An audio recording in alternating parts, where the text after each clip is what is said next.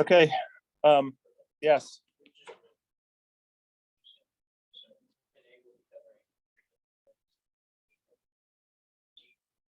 No. 7 is our retrospective because we did that last week. 8 salivary amylase is the one we're doing today. 9, typically fermentation, photosynthesis go together as a package deal. That's going to be next week's. And part of also the confusion is because of the snow day, my Monday, Wednesday section is now out of sync with you guys. So I'm trying to like basically manage 2 realities at the same time, and you guys aren't lining up anymore because of those snow days that luckily you guys have missed, which is good. Okay, let's go ahead and dig in, right? So we just got done talking about the monosaccharides. And now we're going to start taking a look at how to put these dehydration synthesis reactions to work for us and how to make disaccharides, right? So ultimately, when you take a look at putting these guys together, you're going to take 2 monosaccharides. We're going to take alpha glucose first. And remember, we saw the 2 glucoses, right? We saw alpha glucose, we saw beta glucose. We're going to talk a little bit about the significance of whether you use alpha or beta. We'll talk about that here in just a little bit as we get a little further into the carbohydrate section. But you're going to take the other monosaccharide, which is fructose. So our 3 dominant monosaccharides are glucose, fructose, and galactose for our particular purposes, right? Those are the 3 dominant ones. There's others, but that's kind of in the realm of biochemistry. So you're kind of getting the more carbohydrate biochemistry once you get into that area. But the first thing that's going to happen, and remember, there's an enzyme that does all this stuff, right? Oftentimes we talk about the reactions. We don't really talk about the enzymes that are doing it. But remember, none of these reactions are for free. Somebody has to do this work, and those are the enzymes that are doing it. And so when you have your glucose, first of all, what's going to happen is you're going to take the OH group, or this is the OH group that got reduced at number 1, and you're going to cut that bond right there. And then on the fructose, you're going to cut that bond right there that's associated with the number 2 carbon. And then, of course, that gives you the components of water. So now once you break those bonds, these molecules aren't happy anymore, are they? Because they had their octet rule covered until you came in there and broke those bonds. And of course, as every dehydration synthesis enzyme does, hydrogen, hydroxyl meet each other, and what you leave is water. So now they're happy, but not so for the monosaccharides, right? So they have to basically link themselves together. And so at this particular point, then the oxygen will bind to that number 2 carbon on fructose, giving you a glycosidic bond.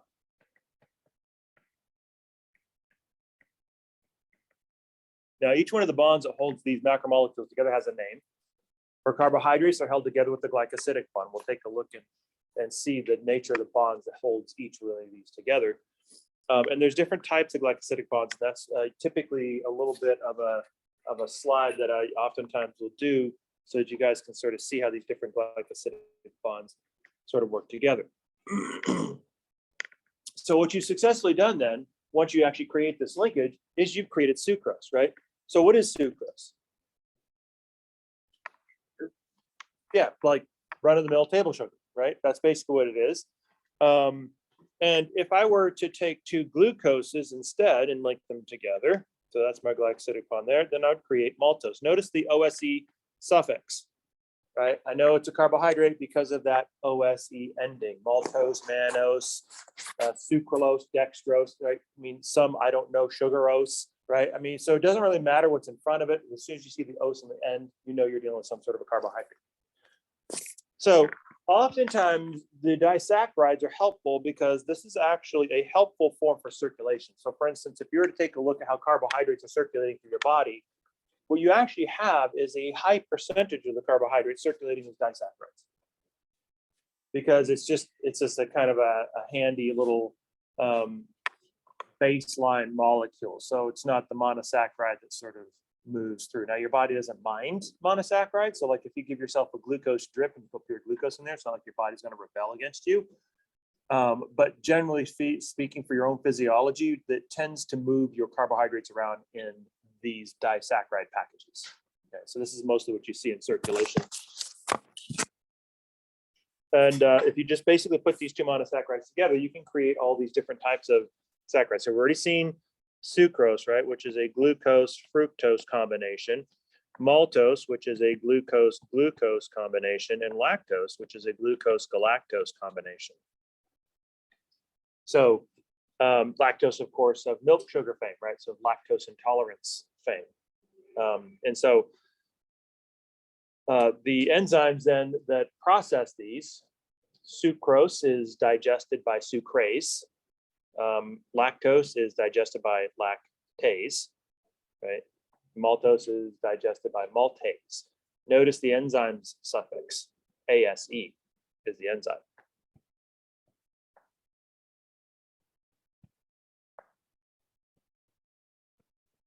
And that's a protein. And you see that often. So oftentimes in A's will be the enzyme that digests the ose, if that makes sense. So there's your disaccharides. However, we've already talked a little bit about the glycosidic bonds, but they're not all the same, right? You can see here how you've linked together one 6-membered ring with a 5-membered ring, right? Glucose fructose combo, and one 6-membered ring with another 6-membered ring.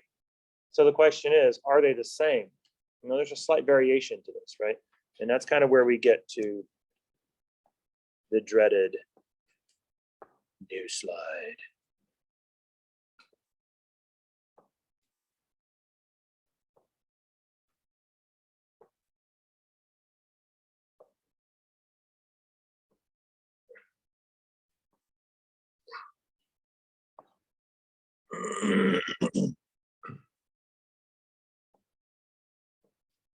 Okay.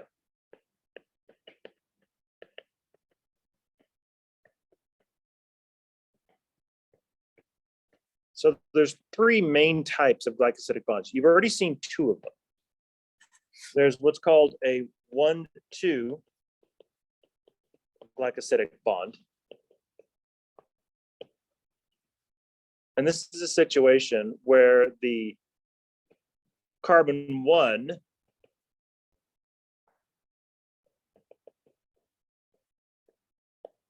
of a 6-membered ring, hexagonal ring,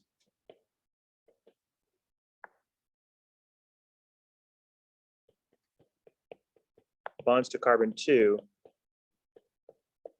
of a pentagonal ring. So we saw this one, right? So we had our glucose, which was bound to our fructose. So as it turns out, this is the number 2 carbon, that's the number 1 carbon. If you take a look at it, the way that you're numbering this is going to be 1, 2, 3, 4, 5, and then this is 6 up here. As it turns out, for the fructose, this is the 1 carbon, this is the number 2, 3, 4, 5, and then this is 6. So basically what you're saying is that this here is a 1,2 glycosidic bond. It's the 1 carbon of the hexagon linked to the 2 carbon of the pentagon. Okay. The other one, which is the 1,4 glycosidic bond,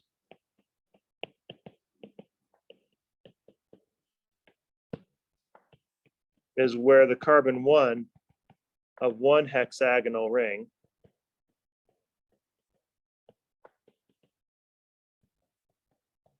bonds to carbon 4 of another,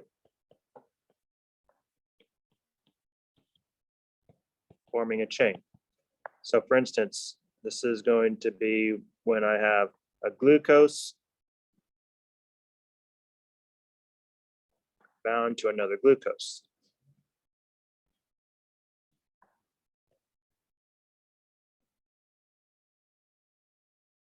So this right here would be a 1,4. So here's my 1 carbon, here's my 4 carbon, this is my 1 carbon, 4, 1, 4. Okay, so you're kind of forming this long chain of, in this case, like glucoses typically, right? Because that's the hexagonal one. Now the other one, which we're going to see here in a couple of slides, is what's called a 1,6 glycosidic bond. And this is basically where the carbon 6 of 1 hexagonal ring binds to the carbon 1 of another, forming a branch. So if I basically take my 1,4 chain here,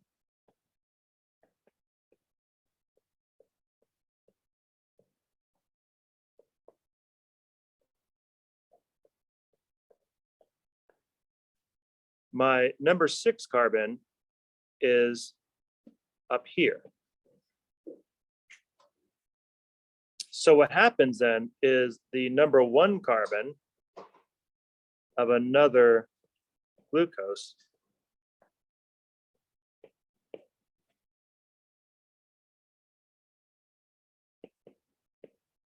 forms a branch. And then this is part of the chain. So you can see now you've got this branch going off the side. So the 1,6 is important because it forms branching. So 1,2 basically links together the 2 structural isomers. 1,4 links together oftentimes the 2 hexagonal rings, either glucose-glucose or the stereoisomers, glucose-galactose. Okay? And then a 1,6 forms the branches. So whenever you want to do a lateral branch off of a main chain, that's a 1,6. Okay. Maybe pause for a second while you clean up your notes. Or have you given up on the slide? Yeah. This is one of those ones where it's like, I'm gonna have to go and replay this one.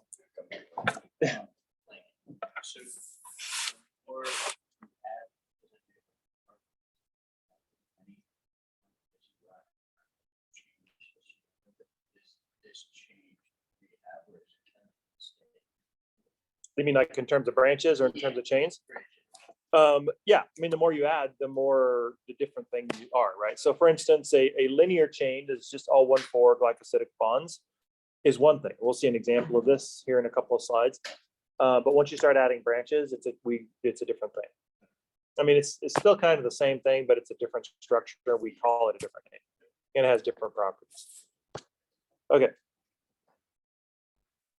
So we started making chains now, didn't we? So since we're making chains, what that means is we're making more, which means we're making poly, not disaccharides, right? Poly means many. And then saccharide means sugar. So this is many sugars.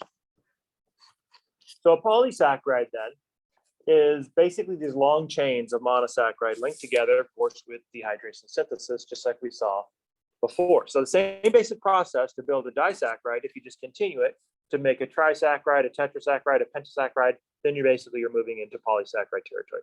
So here's the question then. If your body's preferred circulatory form of carbohydrates is disaccharides, and that's just the way it likes to transport stuff, then why would you make a polysaccharide? Well, it's simple. This is basically your short-term storage.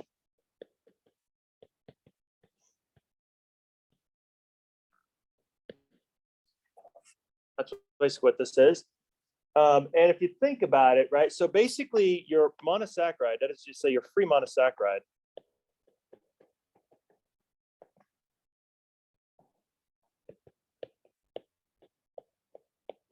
is the body's preferred fuel.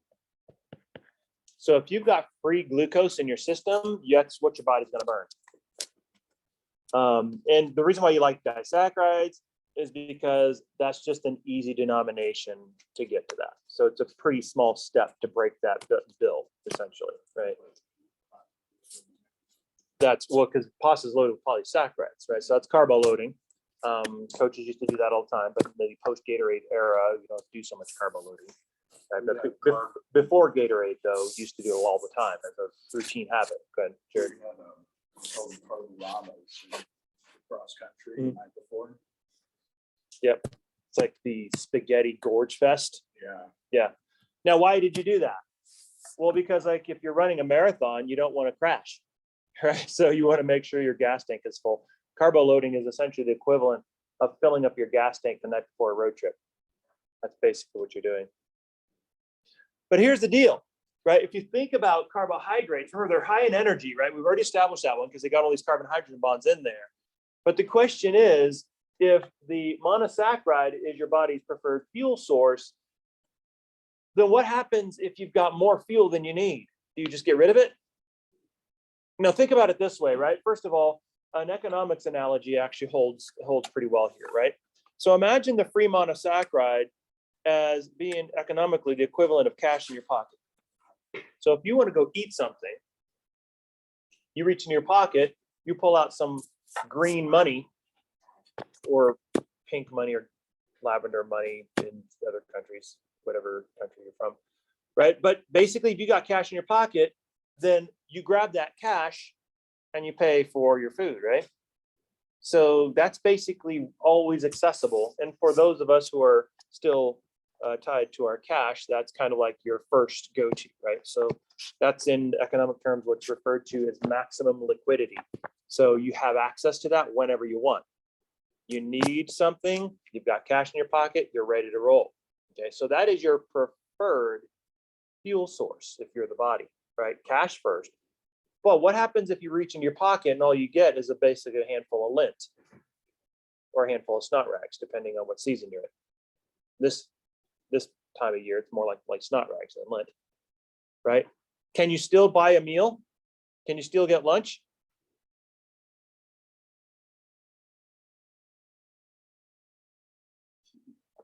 It depends on what else is in your pocket, right? So let's say it's not a little bit more than just lint, but you grab out the wallet or whatever, you open it up, there's nothing in there. Oh, but is there nothing in there?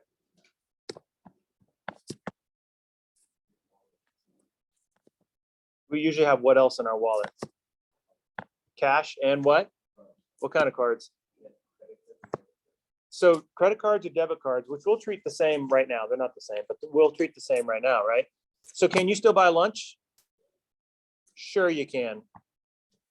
Is that lunch like maximally liquid? No, it's a little harder to get to, isn't it? So basically it's a promise. In this case, a debit card is actually a debit. I mean, it's not a promise. It's we're coming for you. Right. So, but the idea is here's the idea. The idea isn't can you use the card or not. The idea is that you're not just making up funny money with that credit card, are you, or that debit card? What are you saying when you hand the merchant your card? Pay you with what? The money. Well, don't you have it though? Well, the bank has it, and you pay the bank back later. Bingo, right? So you have funds that are stored in an institution to keep your funds safe. Why? Because let's imagine it's payday. You get $1,000. I'm going to give you 10 Ben Franklins. Do you want to stuff that wad of Ben Franklins in your pocket and walk around Auraria campus? I would argue any time of day. You could, right? That'd be very dumb. I'm just saying, straight up. There's an urban center right across the street. And trust me, the bad guys can smell money. Easy money. Dumb money. Like, oh, hey, I'm walking around with $10,000 of cash in my pocket. Really? Can we be any stupider? I mean, you might as well have a neon sign on your head saying, mug me, right? As a matter of fact, a lot of people, the kind of cashless types, right, who are all cards, the reason why they're cashless isn't because they have anything against cash. It's because they don't like that feeling of having cash in their pocket. Because it's dangerous, right? So here's the thing. You just need to buy lunch. I just gave you $1,000. Can you buy lunch with that?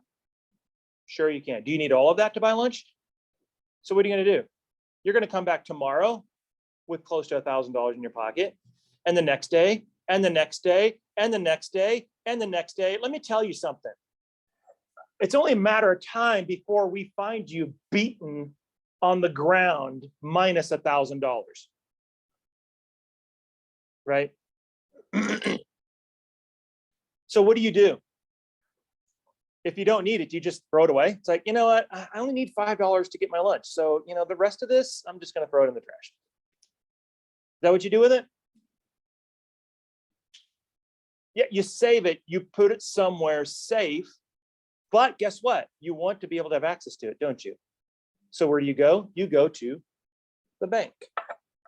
Who is your short-term storage strategy for the excess money that you don't need right now, but you're going to need it to pay rent, for instance, which isn't due just yet, right? Today, it's just lunch right now, but I'm going to need that, right? In order to pay, of course, you need a lot more than $1,000 to pay rent these days, but I'm just saying, right?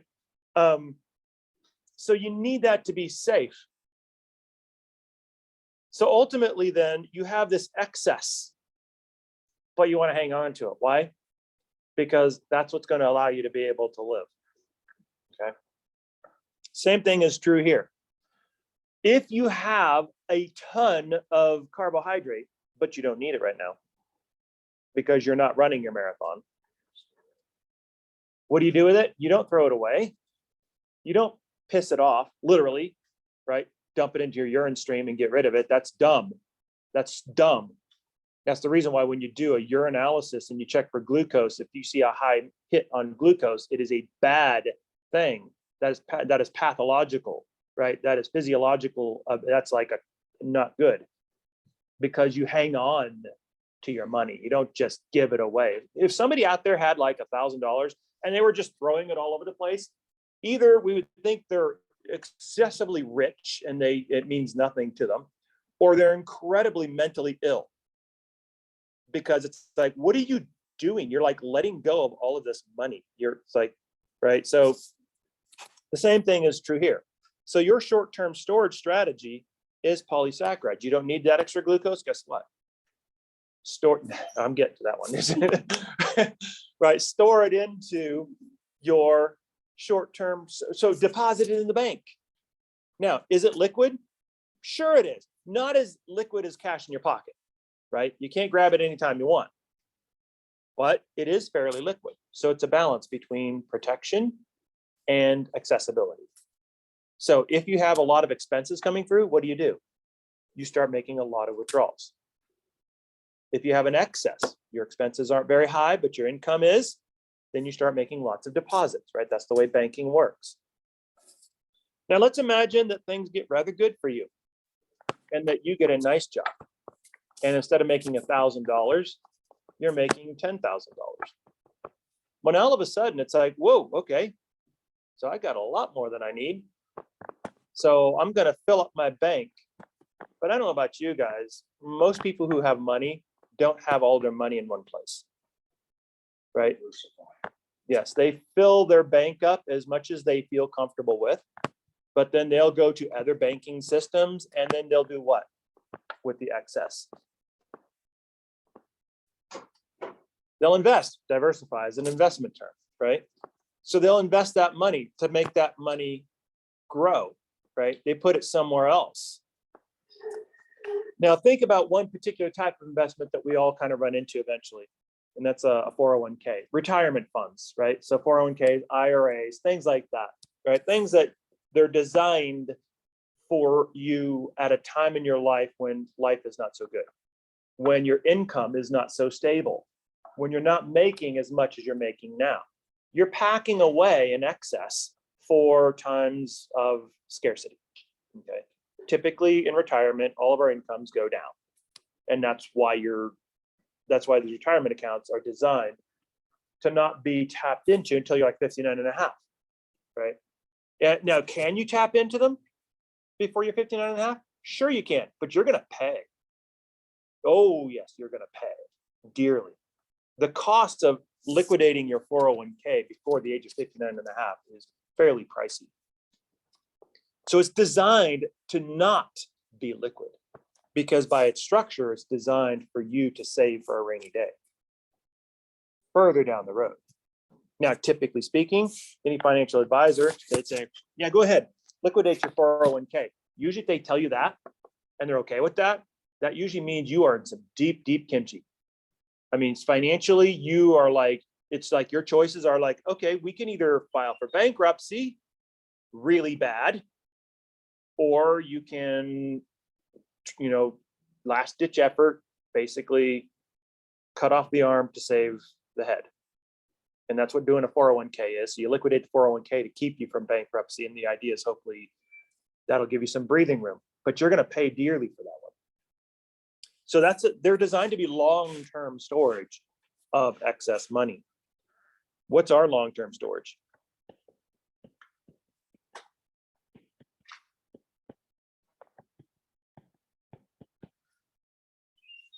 Our long-term storage is our fat. Your fat reserves are long-term storage. And not only that, but also the reason why I use the 401k and the retirement accounts is because they're hard to get a hold of. They're hard to get access to. You can put into them quite easily. You can't take out of them very easily at all, right? They're designed that way. Fats are designed the same way. You can deposit excess energy into fats, but you cannot get that back out very easily. For a very good reason. Why? Because your body's doing the exact same thing that you're doing financially. What are you doing financially? You're saving for a rainy day, for a time when economically funds are sparse.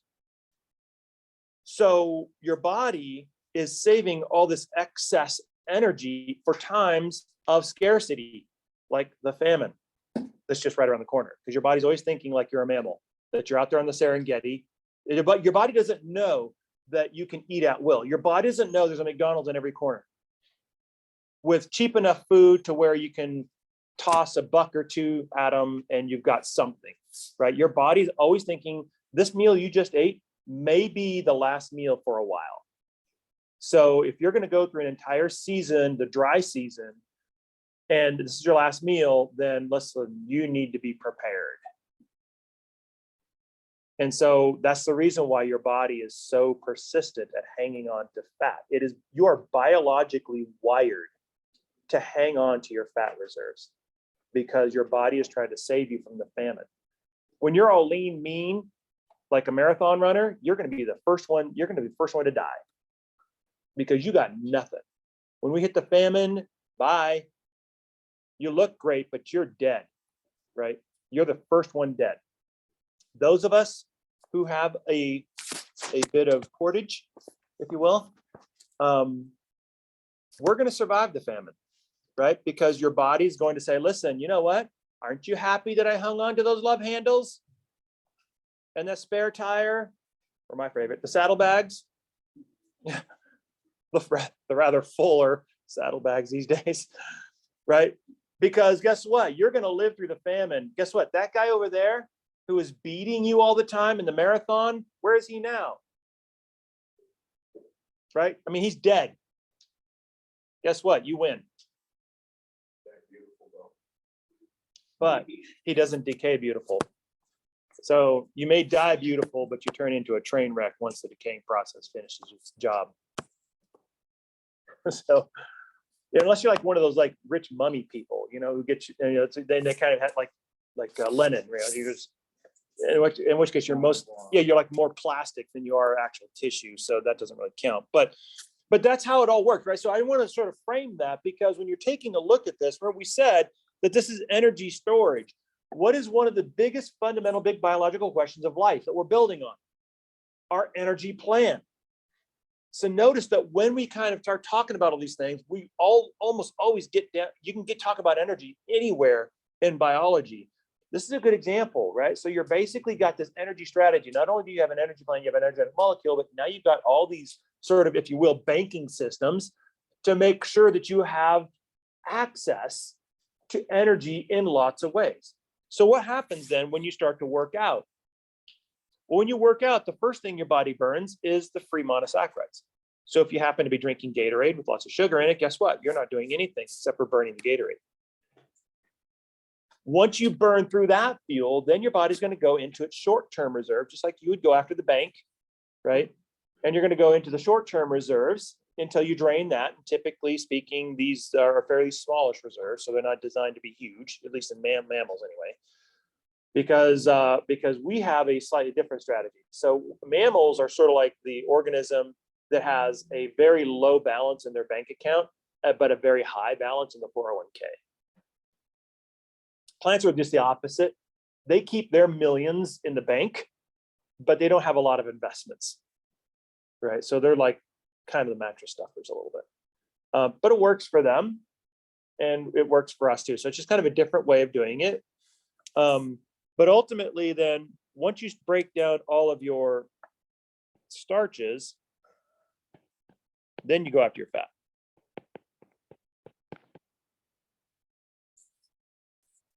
And it's typically in that order. None of that, but your body is so desperate to hang on to your fat that oftentimes it will resist going to the fat. Even if you've exhausted your carbohydrate supply, sometimes it'll be like, no, I'm not going to burn fat. I'm going to burn protein. And that's a bad thing. You never want to get into a metabolic state where you're burning protein. And how do you know? It's very simple. When you work out or after you work out, if you kind of smell the faint aroma of ammonia, sometimes you get that. That's ammonia. That's the ammonia associated with the amino group of the proteins. That deamination is one of the things that happens. So you're deaminating proteins. That's a bad thing. So what that suggests is you need to kind of change the way you're working out so that you can shift your metabolism from this protein to more of the fat oxidation side of things.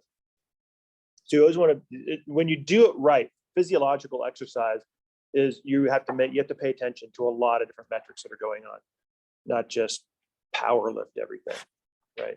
Because I can tell you the stuff you're powerlifting in your 20s is going to be powerlifting you in your 50s. So that's anyway.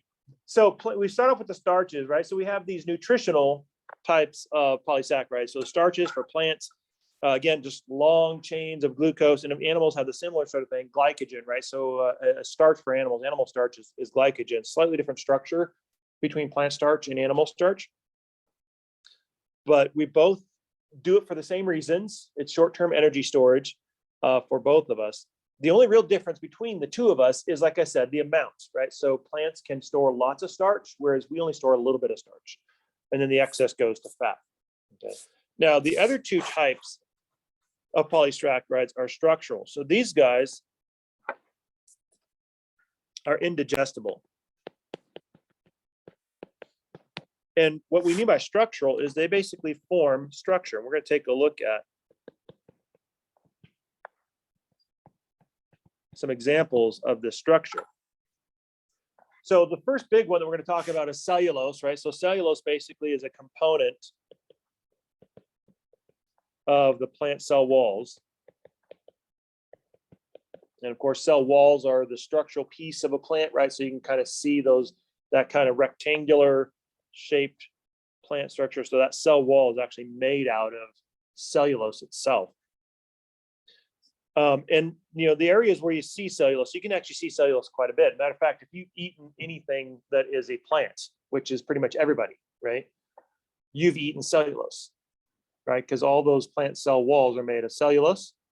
And not all plant cell walls, which are all made of cellulose, are all constructed the same. Think about it. If you eat a nice spinach salad, which actually does sound quite yummy at the moment, that's one experience, right?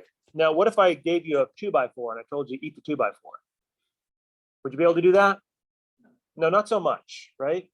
And they're both, however, made of cell walls. Wood is a bunch of cell walls. That's what it is. Now, the reason why it's different is because what woody plants do versus non-woody plants. Non-woody plants just basically are soft because they limit themselves to the cellulose in their cell walls. So they never get beyond that. And so as a result, that's kind of what they're made of. A good example of cellulose in a vegetable is celery. How many of you guys like celery? Love celery. How many of you guys love like the little celery strings that you can floss your teeth with? Not so much? Yeah, not so much that one, but those strings are actually pure cellulose. So that's an example of what cellulose fibers look like. So you can see if you kind of pull on them, I mean, they're pretty tough. I mean, as far as scale is concerned, right? I mean, you're not going to be able to make a rope out of it, but for the most part, in terms of scale, they're actually pretty tough, right? So that's pure cellulose. That's an example of cellulose. The other example of cellulose, like in a woody plant, so that's a non-woody plant, right? But in a woody plant is like a tree. So if you were to take a look at wood, a tree in particular. In the center of the tree itself, the heartwood, if you will, right? This is where the vasculature is of the tree. Remember we talked about capillary action? All those little vascular tissues where all the water is moving through the tree itself is found in the center of the tree. And those are all living cells that have their cell walls made out of cellulose and so forth.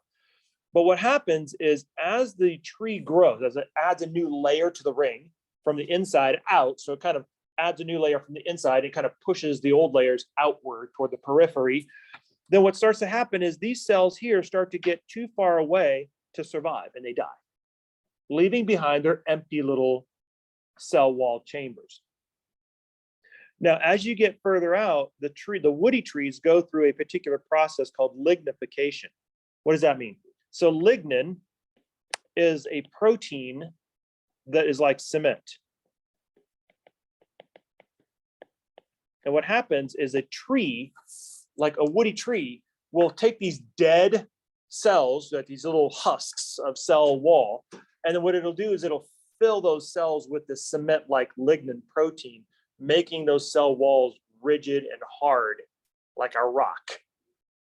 And so what we see as lumber is actually lignified cell walls.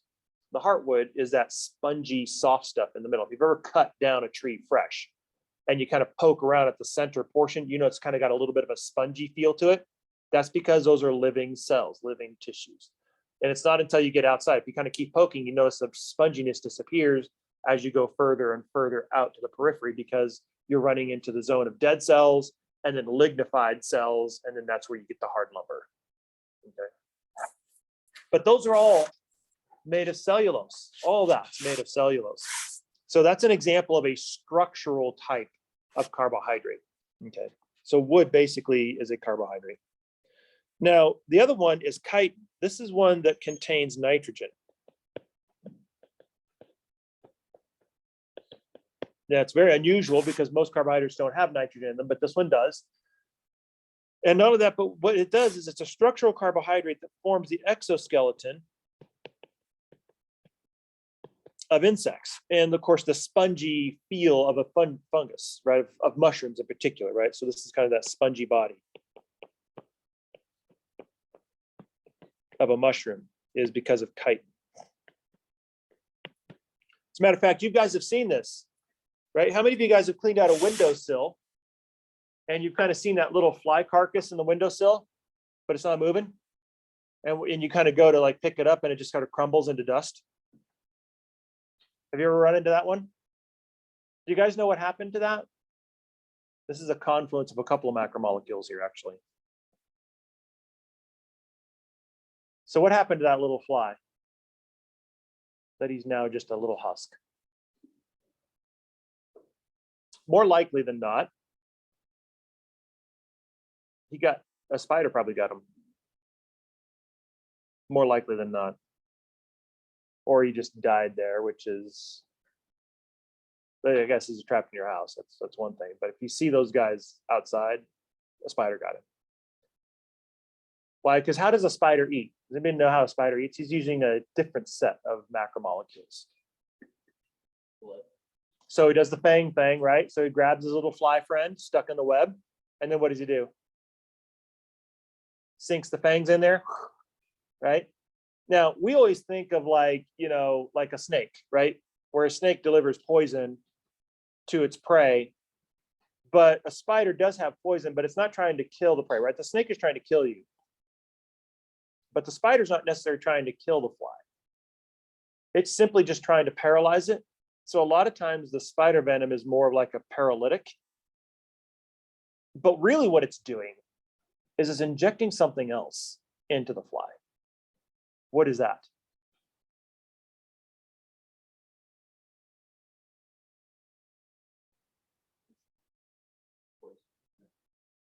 Well, a little bit of the is a poison, but there's something actually more important than the venom that's going in there. Yeah, pretty disgusting, right? His hydrolytic enzymes. Hydrolytic enzymes, remember hydro, water, lytic is a variant of lysis. Hydrolysis does what?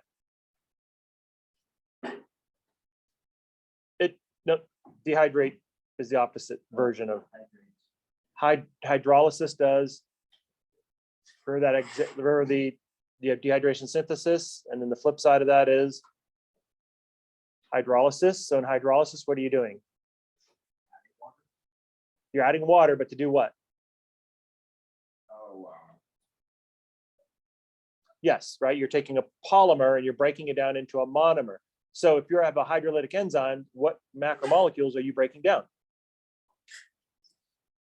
All of them, right? I mean, if your digestive enzymes, you got everything. You've got proteinases, which digest proteins. You've got carbohydrates, which digest carbohydrates. You got lipases, which digest lipids.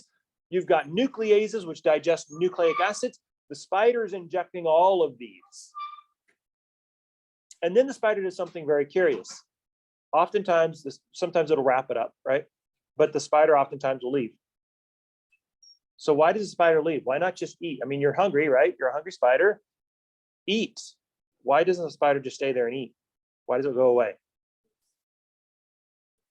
Yeah, you need some time to break down all the macromolecules, right? So after a while, the spider comes back, and then what does he have himself? A little fly shamrock shake. And of course, it's McDonald's is doing shamrock shakes now, which is my big Achilles heel. Can't help it. It's Is this minty? they're a mint type of, there's something else in there than just mint, but and I don't know what that is, but it's some addictive ingredient, no question about that. It's evil, but yeah.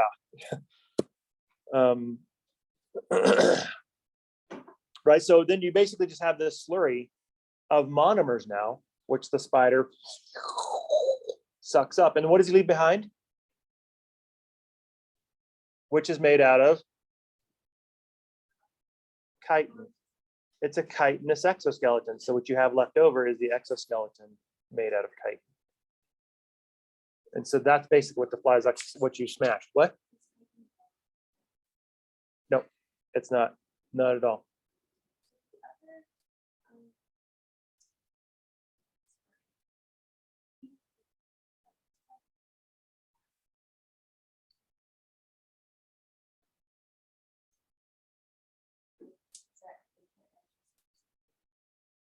Oh yeah. They all do that. I mean, dogs eat all sorts of stuff they can't digest. I mean, I have dogs that puke up half of the stuff they can't digest all the time, like usually half chewed plastic toys and things like that. But I mean, yeah, I mean, a lot of animals will do that. They're not as intentional as we are about it. But like, for instance, there will be different animals, especially the primates, the higher ones will eat a certain amount of leafage so that there's fiber in their diet, but they're instinctually driven to eat these particular types of foods when they need that kind of insoluble fiber in their diet. So like, like widow tail grasses. My dog is obsessed with it all the time, but I hear that.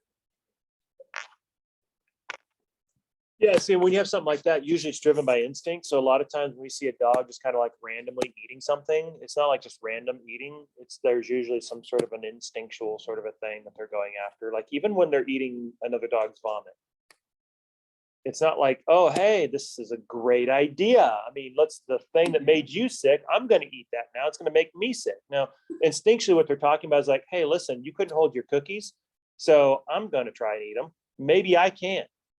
And if I can, what that means is I just got your nutrients, and that'll be a benefit for me. So instinctually, they do that because of that reason. Isn't part of that too, like if we see something we don't know what it is, like we'll go up in our first instance, it's like touch it, but isn't that pretty much their version of that? Only they smell it. Yeah. Or like, Yeah. Yep. So that's kind of what they do, and they can't touch things, so they kind of have to smell it. Then that's a lot of what they do, and then they have to roll it around in their mouth or whatever. It's always funny to watch puppies chasing bees, right? Because they're exploring the world and they kind of take that bee and they're like, right? It's like, yeah, how'd that feel for you, right? So like my big dog who's older now. I mean, when she was a puppy, I used to come home to her like almost every day, and she'd have like a fat muzzle because she was out there doing battle with some sort of a bee, and she lost, obviously. I mean, she'd be like this big old fat muzzle, like somebody just popped her right there in the sun. It's like, so you've been playing with the bees again, haven't you? And it was like for almost a year. I mean, she just didn't get it. She's not very quick learner, that one. Okay, so let's go ahead and build some of these things, shall we? So the first thing we want to start off with is picking our alpha glucose, and we're going to basically link this together in our alpha 1,4 linkages, right? So we're going to basically have these guys right here are our 1,4 linkages. And when you basically form these guys end to end, what this is going to create is a long chain of glucoses, but because of the shape of the bonds and the way they kind of stick above and below the ring, they're going to form this kind of coiled sort of helical type of a structure. And this is basically amylose. This is plant starch. Now, in some cases, what will happen is you're going to be doing this sort of 1,6 type of a linkage. So here you can see your main chain going through here, and then you're going to add a branch to this particular growing chain with your 1,6 linkage. And when you do that, you kind of see this, you have this lateral chain going out this way. Here's your main chain going this direction. And when you do that in plants, we call that amylopectin or pectin.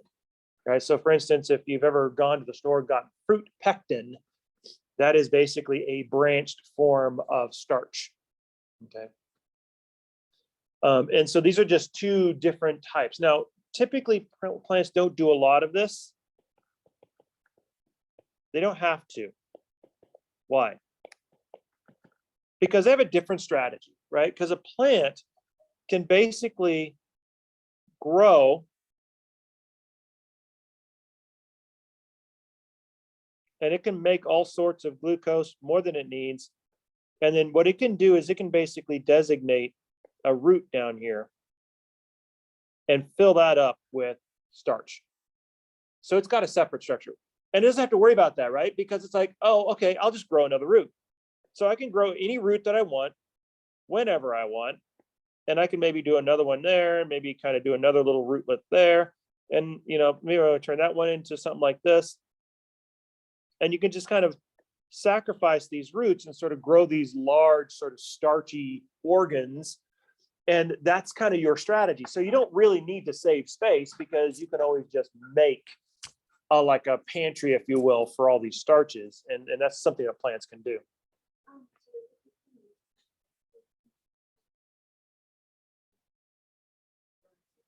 What was it? Pectin? No, it's a starch. Yeah, it's a storage strategy. Yeah, if they're using pectin, that's a digestive thing for them. That's a nutritional thing for them. Right. So the idea with the plant then is you kind of form all these big sort of sacrificed roots, if you will, modified roots full of starch. And then when this plant dies at the end of the season and the next season comes up, guess what you have? You have plenty of starch in this structure to grow next year's plant. So what plant did I just draw?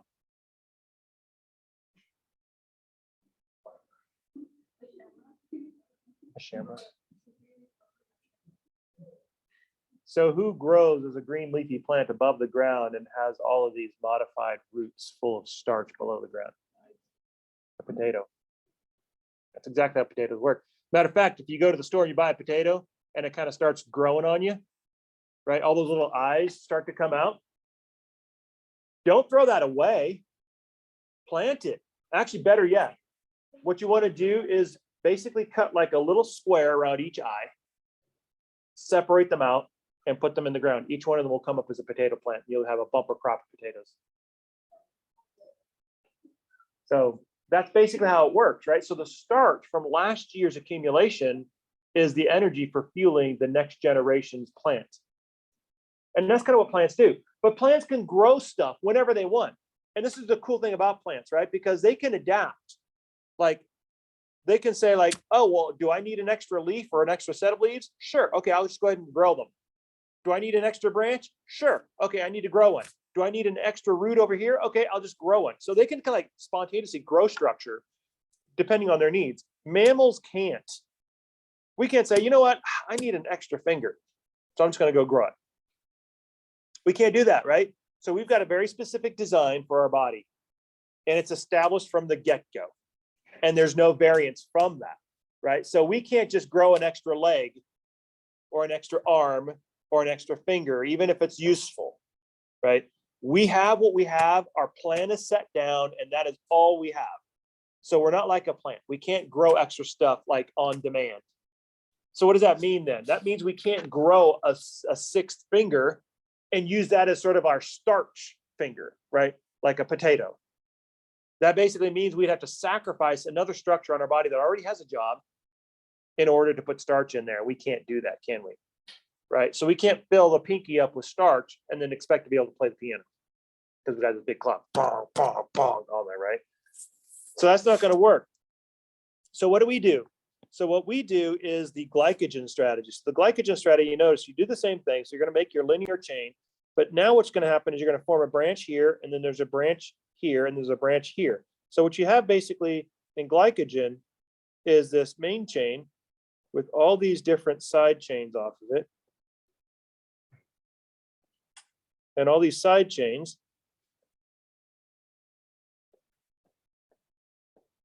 will have side chains.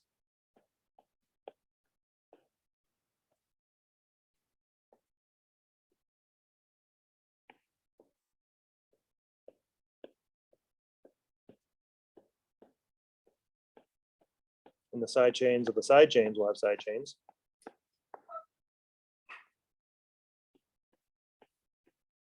Because there's nothing that tells you can't put a side chain. If you've got a free 1/6 somewhere, you can do whatever you want.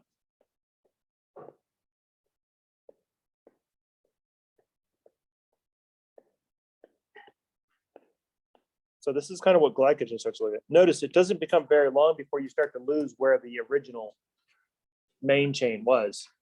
So this basically is what we refer to as a glycogen granule. Is the original one ever connected? Comes back. The original, does it ever connect? Like over here? Yeah. That's a good question. The answer is no, right? Because if you have a 1/6, you're going in one direction, so your one is already spoken for. But theoretically, if you've got a 1/6, I mean, they tend to wad up pretty closely, so it's kind of you get the basically the same effect. Okay. Now, if you take a look at these are liver cells, and these little black pieces are glycogen granules.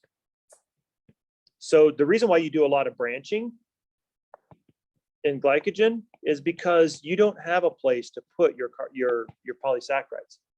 You have to store this in liver and skeletal muscle. Those are the two places you have your glycogen stored.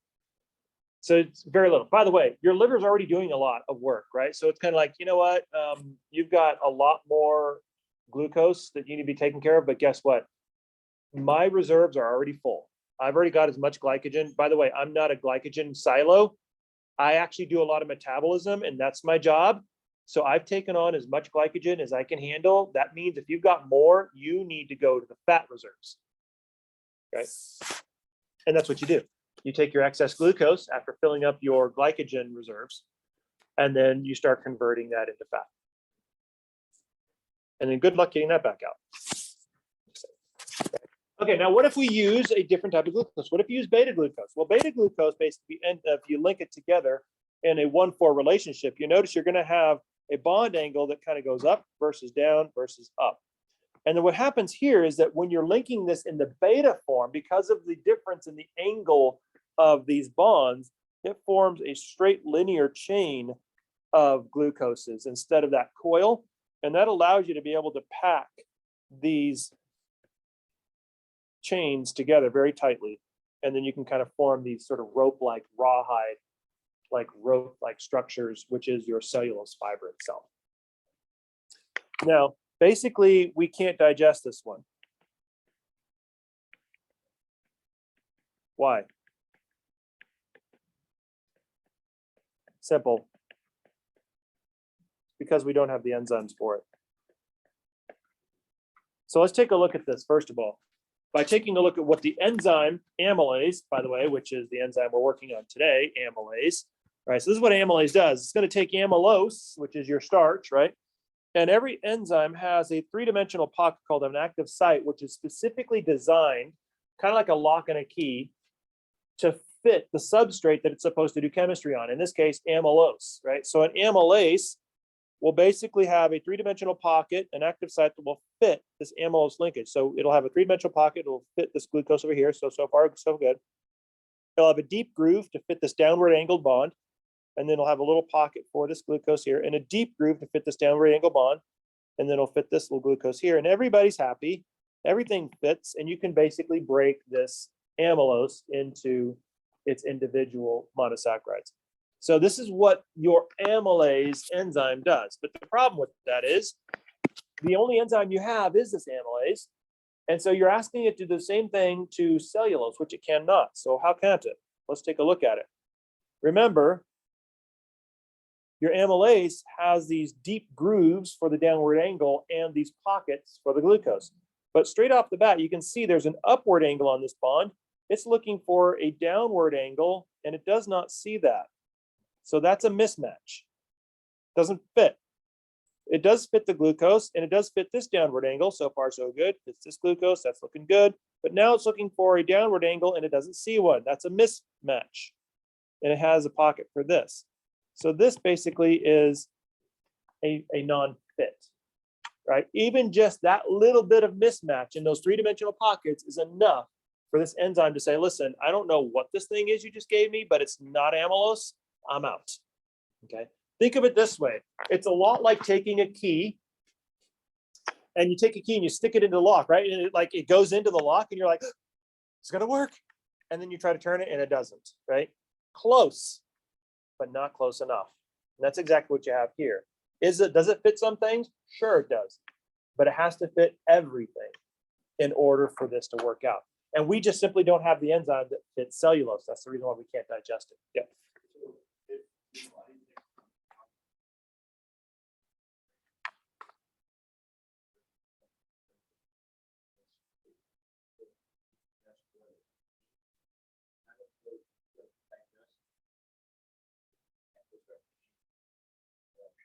No, it can't do anything at all. As a matter of fact, most of the solid material of your feces is indigestible cellulose. A lot of it is indigestible cellulose and various other indigestibles.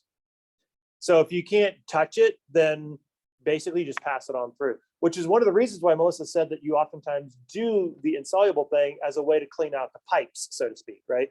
Because the idea is if the more fiber you have, the more insoluble fiber you have, it's kind of like basically, sort of like intestinal steel wool, right? You kind of like send that through. It doesn't get digested, but it sort of like moves through and kind of cleans out all the deposits and things like that, and kind of helps sort of maintain kind of smooth operation so that things aren't just depositing in there and causing problems.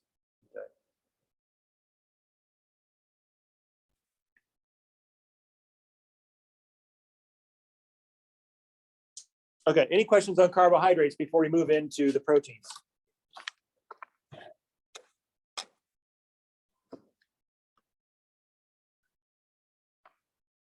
Okay, proteins then. So proteins basically do everything. Think of a biological activity, proteins do it. So what are some of those? Well, first of all, chemical reactions, right? So proteins, enzymes, we talked about these guys. These are the guys that have ASE. So lovely on the floor. You're like, where'd he go? I'm down here in pain, but I'm here. Right. So these are the guys that end in ASE. So they're driving some sort of a chemical reaction. And you have a lot of chemical reactions in your body to be driven. So none of those chemical reactions happen for free or come for free. They're all driven by enzymes or multiple enzymes in some cases. Okay. Defense, your antibodies, right? So these guys are proteins. So that's a part of it. Transport, so basically both organismal transport and cellular transport. And intracellular transport. Okay, what does all that mean? Intracellular transport is stuff moving around inside the cell. All that requires proteins. Cellular transport is stuff moving into and out of the cell. We have an entire chapter on that one. That's chapter 5. That requires proteins. Organismal transport is you, me, walking out there to grab a hit of coffee. That requires proteins as well. Your muscles, for instance, is mostly protein. It's all protein pretty much. It's just different types of proteins. Yeah. Your weight determines activity.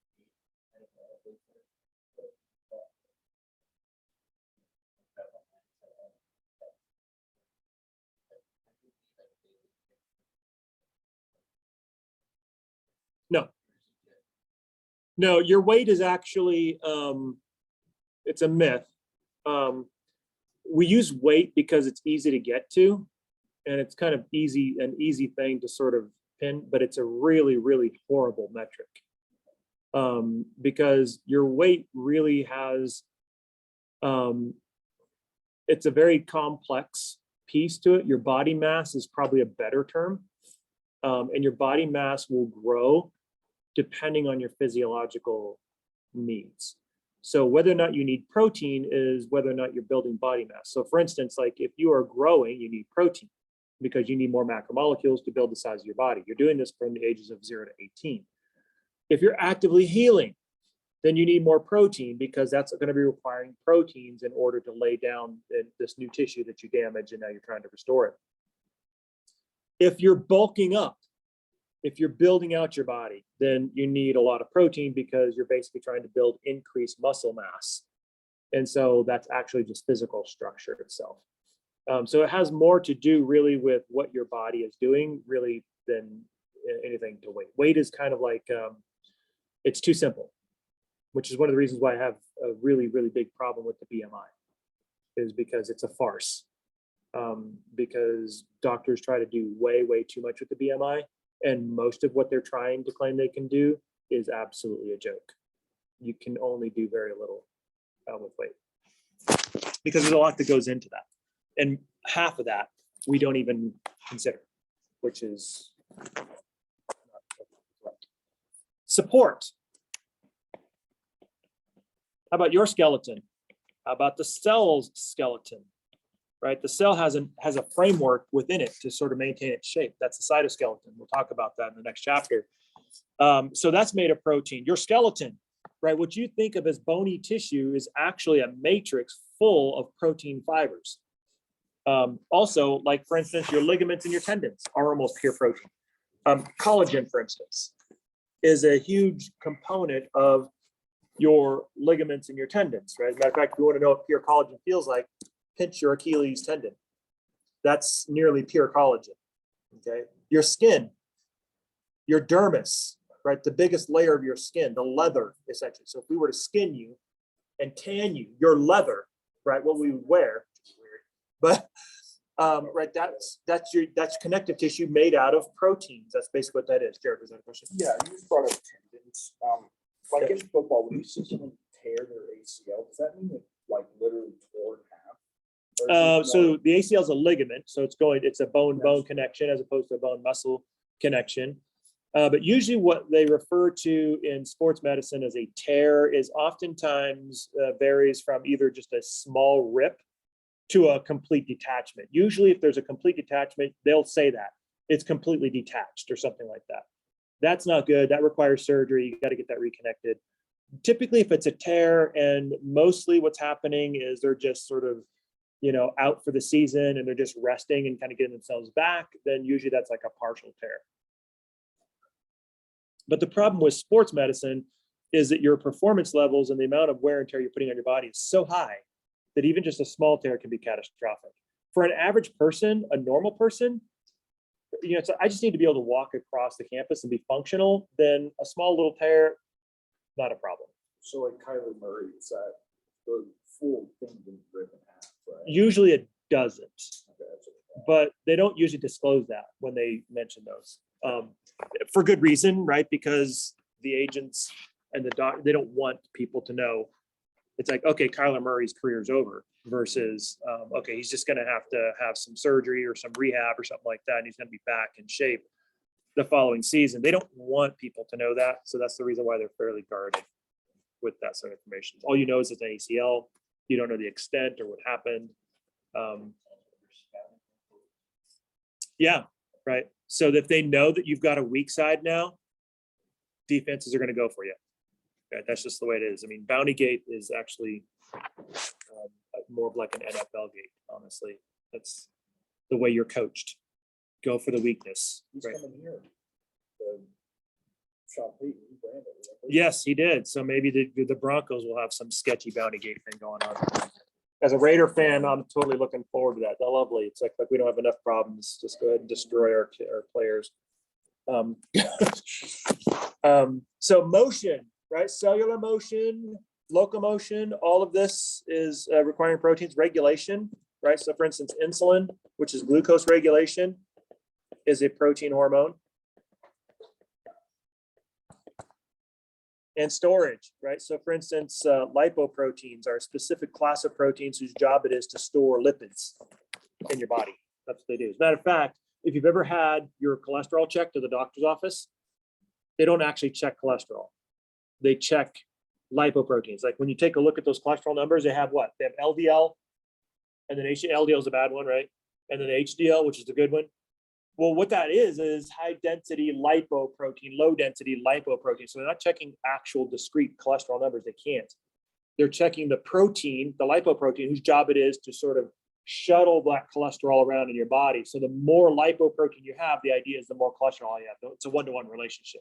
So if you're consuming a lot of cholesterol in your diet, then you're going to be making lots more lipoproteins to manage that cholesterol in your diet. And so it's a one-to-one relationship. Yeah.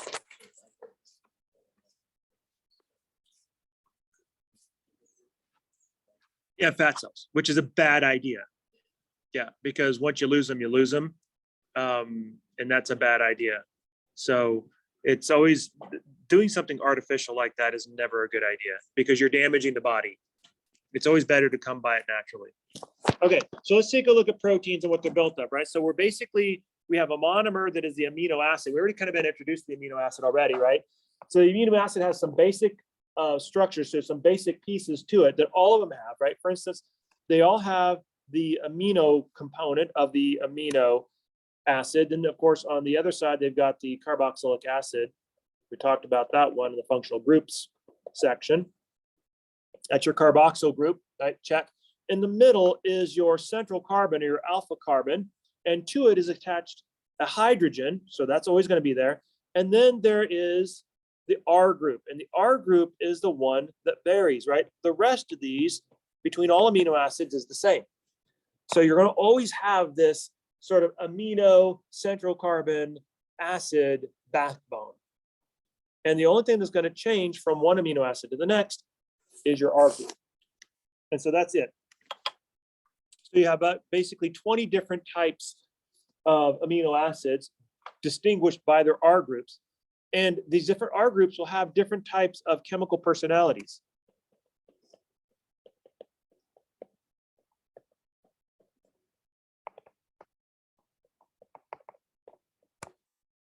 So for instance, one group of R groups is the nonpolar group.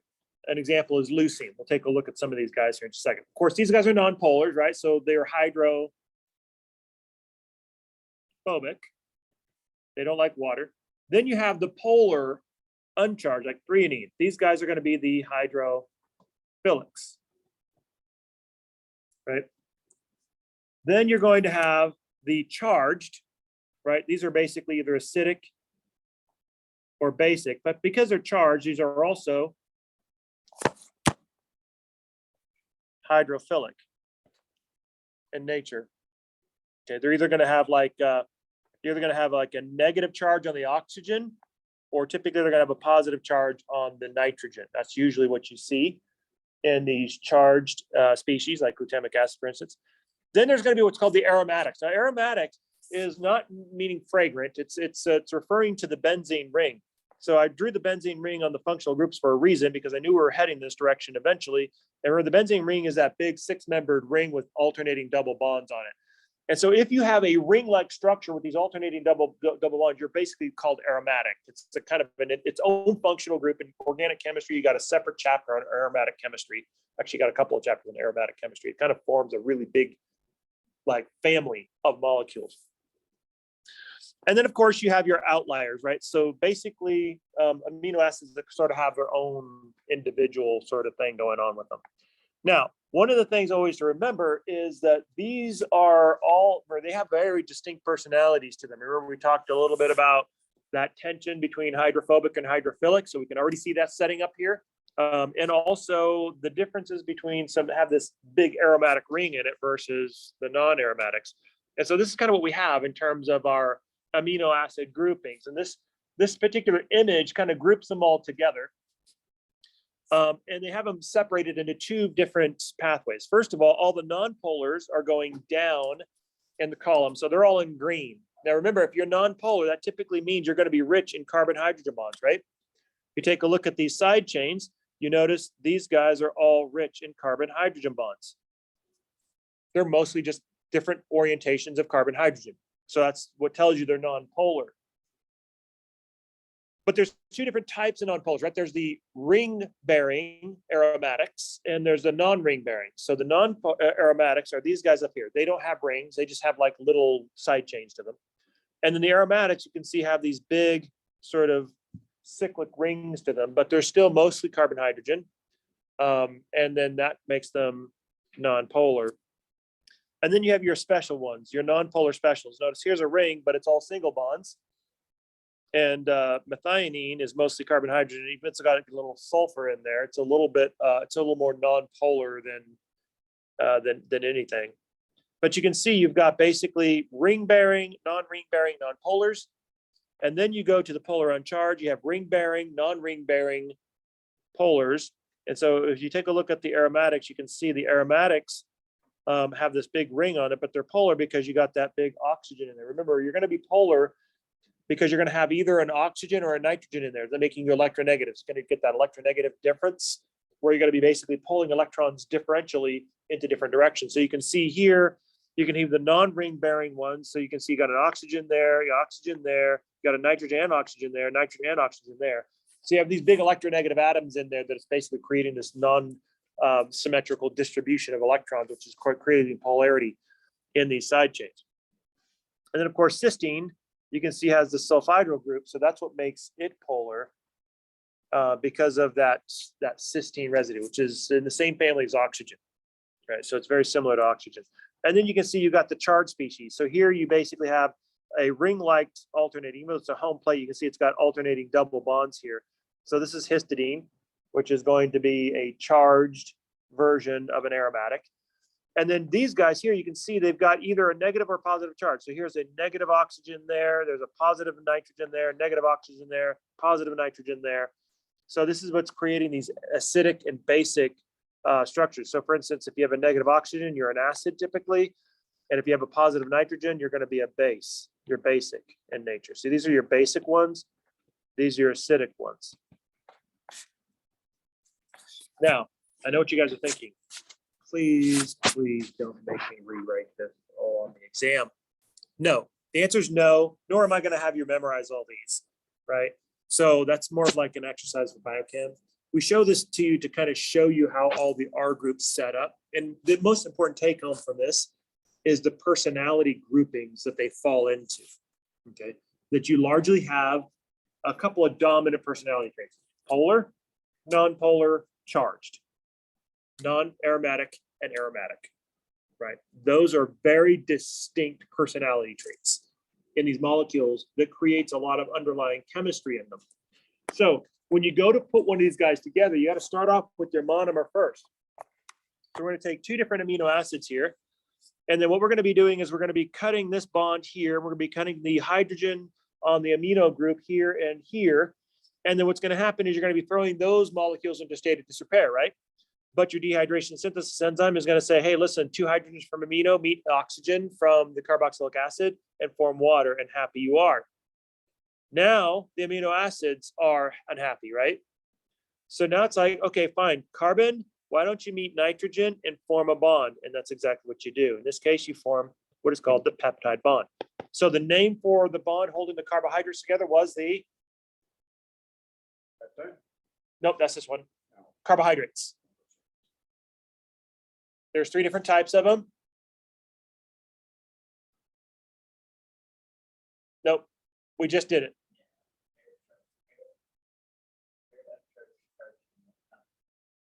A little further back, right? The name of the bond that holds together polysaccharides and disaccharides. They're linked together with a 1,2, a 1,4, a 1,6 glycosidic bond, right? The glycosidic bond is what holds together the carbohydrates. The peptide bond is what holds together proteins.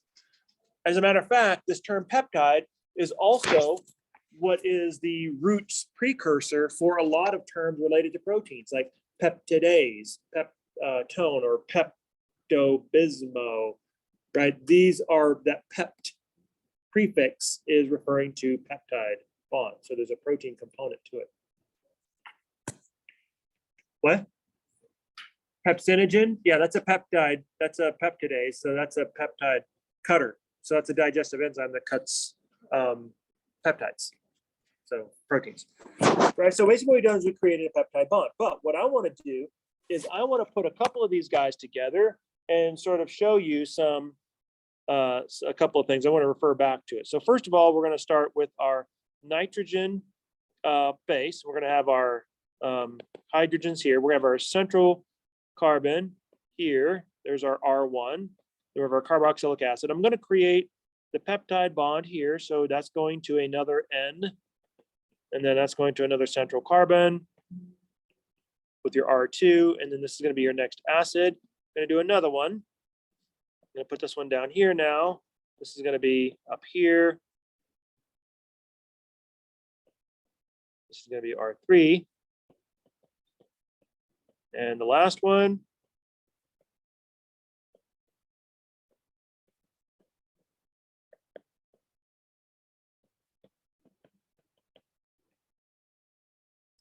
So what I just created was a tetrapeptide. Now, what I want to show you is that when you start linking these guys together, you'll notice that you have a very common repetitive backbone. Notice what I have here: NCC, NCC, NCC, NCC, and so forth, right? On one side, I have an amino group, which we refer to as the N-terminus. On the other side, we have a carboxylic acid group, which we refer to as the C-terminus. But in the middle, notice what I've got here: a common backbone with all these things sticking out of it. It almost kind of looks like a Christmas tree with all these like little branches and ornaments sticking out of it. Remember we talked about the Christmas tree effect when we talked about functional groups on a backbone? This is your backbone, NCC, NCC, NCC. Not only that, but when you take a look at the oxygen on the acid, what charge does it have? Right, oxygen is electronegative, right? So it's going to be sucking electrons toward it. So what charge would these oxygens have? Positive or negative? What do electronegative atoms do?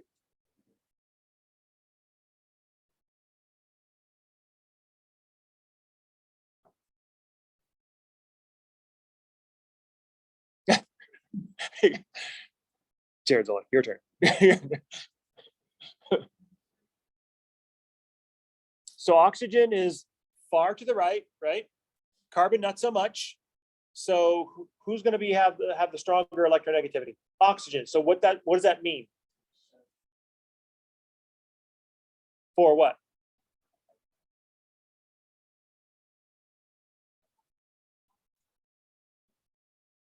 So it's going to have a stronger attraction for electrons. Remember, electronegativity is the sucking effect an atom has on electrons. So it's going to suck electrons to it. So what charge is oxygen going to be here?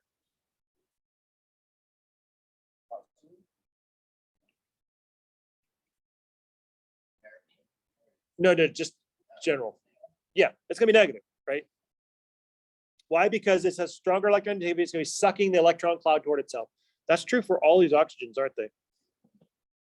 Now let's take a look at the amino group. The amino group, nitrogen versus hydrogen. Who's more electronegative? Nitrogen, right? By a lot, right? So what is the charge going to be on this little hydrogen here that's associated with a nitrogen? It's going to be positive, right? Because the nitrogen is going to suck all the electrons. So you can see already that you're starting to set up. So here's a positive charge down here. This is a positive charge up here. This is a positive charge. These are probably both positive, actually. So notice what's happening here. You're starting to kind of create these little zones of positive and negative charge around your backbone, right? So what this basically means then is we're going to now start to move into the 4 levels of protein structure. The first one, which is called primary structure, is simply the sequence of amino acids. So what I just drew for you was primary structure. Now, what happens after this is stages of folding. Now, when you take a look at folding, what happens in what's called secondary structure, that is the 2nd degree, if you will, is you're basically getting interactions of the backbone. So this is basically the negative oxygens and the positive hydrogens interacting to create hydrogen bonds. Think about it. Let's go back to our peptide. So what's going to happen is these negatives and positives are going to see each other. Like this one right here may actually see this guy down here. What happens is when those two try to come together to form an electrostatic attraction with each other, it bends and distorts the backbone. So for instance, if I had a positive over here and a negative over here, when these two see each other, what's going to happen is they're going to bend the backbone like this, and they're going to form a hydrogen bond like that. Now you just keep on doing this, like as the positive come close to the negatives, then you start to sort of distort and twist that backbone. Good.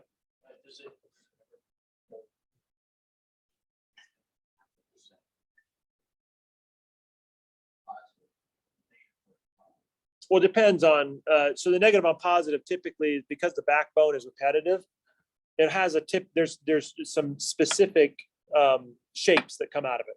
So it doesn't have quite as much variance because it's all the same for the most part.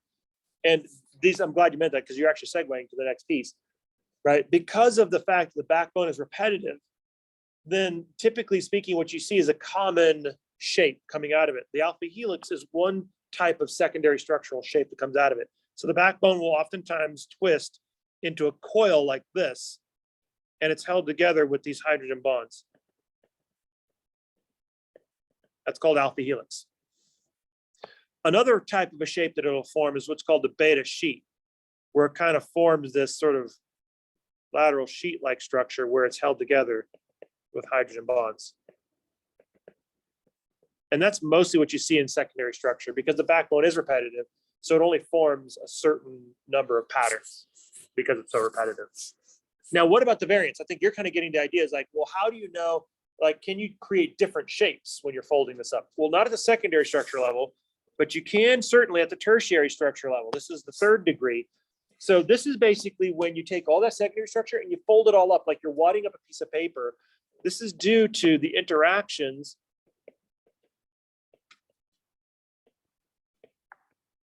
between the R groups.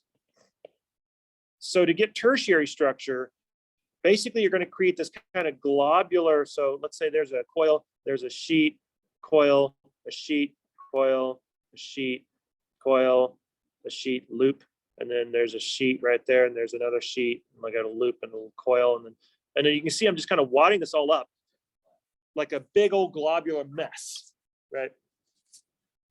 But that's coming together because of the interaction of the R groups. What are those interactions? Those are nonpolar versus nonpolar interactions. That's a good one, right? They like each other. And this is also polar versus nonpolar. They don't like each other, right? So that's a repulsive force. One's an attractive force. Polar versus polar, that's an attractive force. And of course you have charged, right? versus polar. So these are all a combination of repulsive and attractive interactions between these R groups. And that further distorts the backbone into this globular mess. Now, typically speaking, if this is the last stop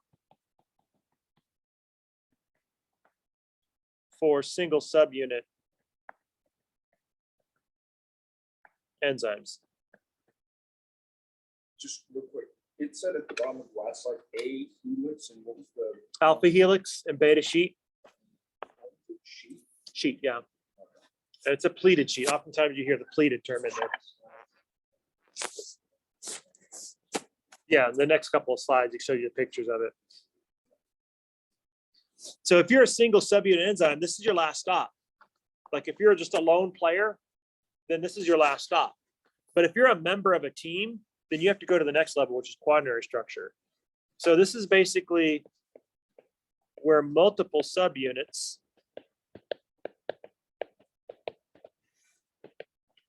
in tertiary structure form a functional team. So my example with this one is hemoglobin, which is referred to as a tetramer, 4 tetramer things. And it's actually composed of 4 subunits, alpha globin and beta globin. And so within each of these, right, each alpha globin and each beta globin is actually folded up in tertiary structure.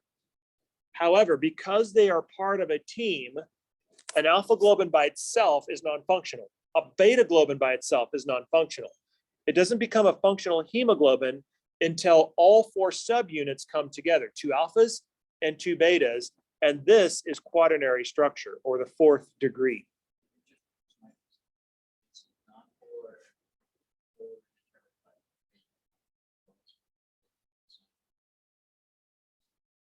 You mean like secondary structure? So no, the nonpolar, so the R group effects of nonpolar side chains and polar side chains aren't involved at the secondary level. It's not until the tertiary level they get involved. The problem is, what happens is, the reason why they're not involved is because originally they're all laid out. They're not a problem. They're not near each other. But then as soon as the backbone starts to fold up, then they start to come into closer proximity with each other, and that causes problems. And then they kind of start to run away from each other, or they run toward each other, and that's what causes further distortion of the backbone. That makes sense? So this is kind of what it looks like. So here's your linear chain. You can see your NCC backbone. And then you can, that's your primary structure, right? And then in secondary structure, you're going to see these 2 different structural motifs. So you can see you have your beta pleated sheet, which is basically the sheet held together with the oxygens here and the hydrogens here. It's a weird looking H, but there's a hydrogen there, right? So you can see these hydrogen bonds. And the helix is also held together, same thing, with oxygens and hydrogens forming these hydrogen bonds.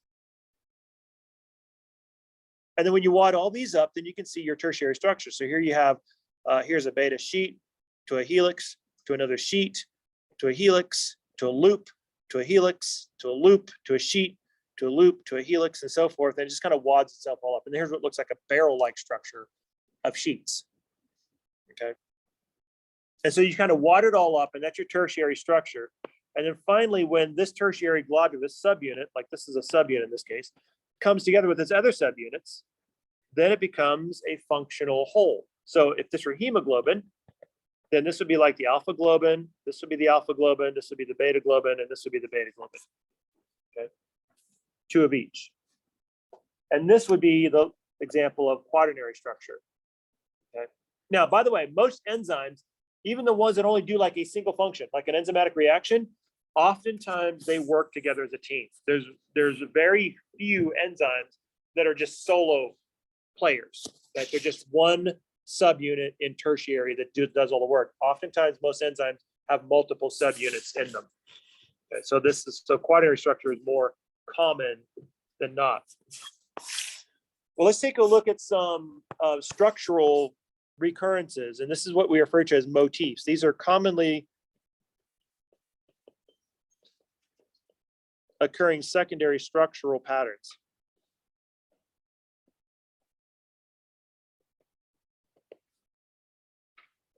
that are linked to specific function. So here's a good example, right? So for instance, we have a secondary structure type of common pattern that we see. And in proteins, for instance, we've sort of studied their secondary structure, we studied their function. And what we've been able to do is map a particular secondary structure pattern to a specific function. Here's a good example. Let's say, for instance, that I've got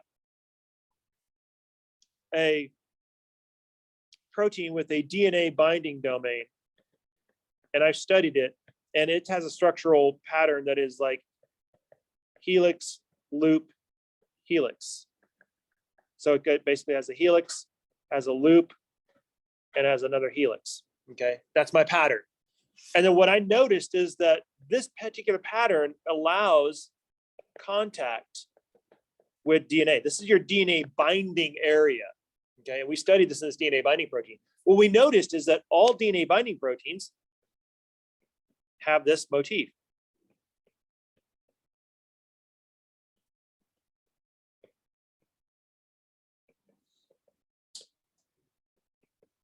Why? Because this is how you bind to DNA, right? And so it gets to the point to where even if we have protein X and we have no idea about its function, if we see a helix, loop, helix in it, we can actually confidently say, oh, it looks like this is a DNA binding protein, or it makes contact with DNA during its activities. So one of the things that it does is bind DNA. And so we can actually use these now well-studied motifs to give us some sense of function without even doing anything with the protein. You know, this is kind of what proteomics has done for us. The other thing is also domains. So domains basically contain multiple motifs.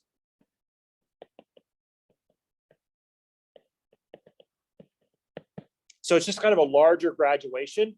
So for instance, the DNA binding motif, helix, loop, helix, will be found within the DNA binding domain, right? Which has other things in it as well. But typically each domain has a specific function.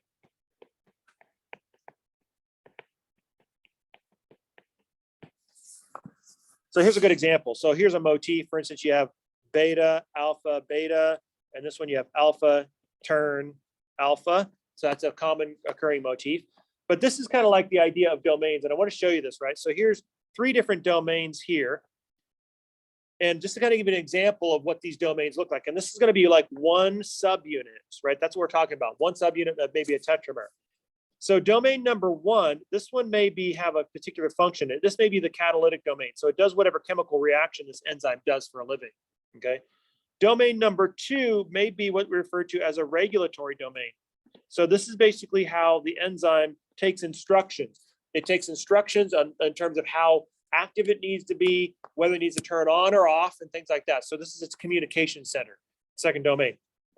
And the third domain may be what I refer to as its oligomerization domain. This is basically how it forms or links to the tetramer. Remember, you're only functional as a team, which means part of you has to be able to connect to your teammates. And that's what this oligomerization domain is. This is the one that helps you to link in and connect to your teammates so that you guys can work together as a team, as a functional team. So notice 3 different domains, 3 different activities that this particular subunit has to have. It has to have its catalytic activity, have to do that. That's your job, right? You have to be able to take instructions. You have to be able to be instructed by your boss. And you have to be able to form physical linkages with your teammates so that you can work together as a team. Okay, so that's about our time. So I'm going to finish up the last discussions with some leftover folding ideas, chaperones in particular, which are an important class of molecules, and then we'll dig into nucleic acids. So I will run down the hall and try to get your guys' stuff together as quickly as possible. Then we'll do our